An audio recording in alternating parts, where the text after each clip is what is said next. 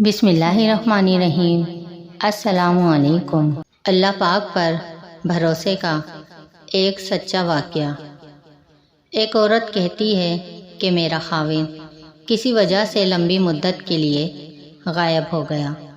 اس وقت میں کم عمر ایک بچی کی ماں تھی، جبکہ میرا ضعیف باپ بھی میرے ساتھ ہی رہتا تھا۔ ہماری غربت اور مفلسی اپنی انتہا کو تھی، اور اکثر اوقات ہمارے گھر میں کھانے کے لیے بھی کچھ نہیں ہوتا تھا۔ اگر دوپہر کو کچھ کھا لیتے تو رات کو بھوکا سونا پڑتا تھا۔ صبر کے ساتھ ہم ہر حال میں اللہ کا شکر ادا کرتے تھے۔ ایک رات کو تو بھوک افلاس نے ہمارا وہ امتحان لیا، اس سے پہلے کبھی نہیں لیا تھا۔ میری بیٹی کو شدید بخار نے آ لیا۔ بچی کی بخار اور بھوک سے بنی حالت نے مجھے اپنی اور اپنے والد کی بھوک بھول گئی۔ ایسی بے کسی اور لاچاری تو کبھی نہیں دیکھی تھی۔ بے قراری حد سے بڑی تو مجھے اللہ تبارک و تعالیٰ کا یہ قول یاد آ گیا، جس کا ترجمہ ہے، بھلا کون بے قرار کی التجا قبول کرتا ہے جب وہ اس سے دعا کرتا ہے اور تکلیف کو دور کرتا ہے۔ جی ہاں، ہر قسم کی تکلیف، چاہے وہ بھوک کی ہو یا بیماری کی، غربت و افلاس کی ہو اور گناہوں کی، کون ہے اس ذات کے سوا جو ان تک سب تکلیفوں کو دور کر سکتا ہے۔ یہ سب سوچ کر میں اٹھی اور جا کر وضو کیا۔ واپس آ کر بچی کے ماتھے پر پانی سے بھیگی ہوئی پٹی رکھی اور اللہ کے حضور نماز کی ادائیگی کے لیے کھڑی ہو گئی۔ مختصر سی نماز ادا کرنے کے بعد ہاتھ اٹھا کر بچے کے لیے دعا کی، اس کے ماتھے سے پٹی اتار کر دوبارہ ماتھے پر بھگو کر رکھی اور ایک بار پھر نماز کے لیے کھڑی ہو گئی۔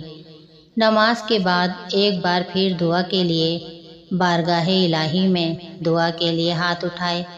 دعا سے فارغ ہو کر دوبارہ پانی کی پٹی تبدیل کی اور دوبارہ نماز کے لیے کھڑی ہو گئی، اور یہ عمل میں نے کئی بار کیا۔ جب میں یہ سب کچھ بار بار دہرا رہی تھی تو کسی نے دروازہ کھٹکھٹایا، اس حیرت کے ساتھ کہ بھلا رات کے اس پہر کون ہو سکتا ہے۔ میرے والد نے پوچھا، کون؟ تو جواب آیا، میں ڈاکٹر ہوں۔ میں اور میرے والد، ہم دونوں ایک دوسرے کو حیرت سے دیکھ رہے تھے کہ اس کو کس نے بلایا ہے۔ میرے والد نے جا کر دروازہ کھولا۔ ڈاکٹر نے آتے ہی پوچھا کہ مریض کدھر ہے، اور ہم نے سادگی سے بچی کی طرف اشارہ کر دیا۔ ڈاکٹر نے بچی کو چیک کیا، کاغذ پر نسخہ لکھ کر میرے ہاتھ میں تھماتے ہوئے بولا، لائیے میری فیس دیجیے اور میں چلتا ہوں۔ میں نے آہستہ سے جواب دیا، ڈاکٹر صاحب، ہمارے پاس تو آپ کو دینے کے لیے فیس کے پیسے نہیں ہیں، بلکہ ہمارے پاس تو کچھ بھی نہیں ہے۔ میرا یہ جواب سنتے ہی ڈاکٹر غصے سے جھنجلا اٹھا اور تقریباً دھاڑتے ہوئے بولا، اگر فیس دینے کے لیے پیسے نہیں تھے تو مجھے آدھی رات کو فون کر کے کیوں بلایا تھا؟ کیوں مجھے اس طرح بے آرام کیا تم لوگوں نے؟ ڈاکٹر کے منہ سے یہ سن کر مجھے لگا کہ ڈاکٹر غلطی سے ہمارے گھر آ گیا ہے۔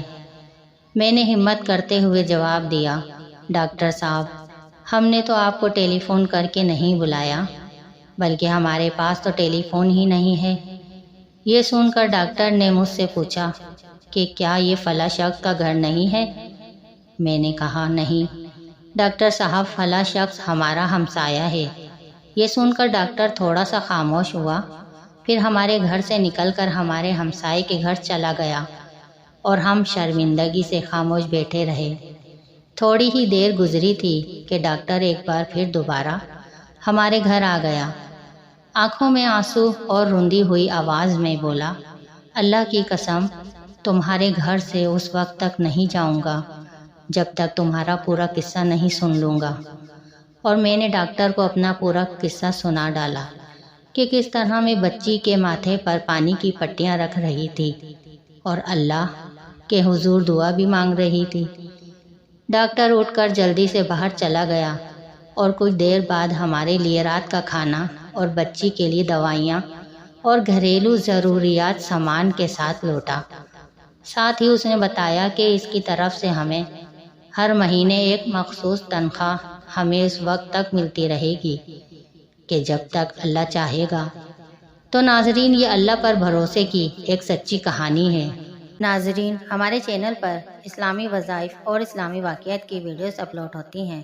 ان ویڈیو کو دیکھنے کے لیے ہمارے چینل کو سبسکرائب کیجیے اور نوٹیفیکیشن بیل کو آن کر دیجیے تاکہ آنے والی ویڈیوز آپ کو ملتی رہیں۔ شکریہ۔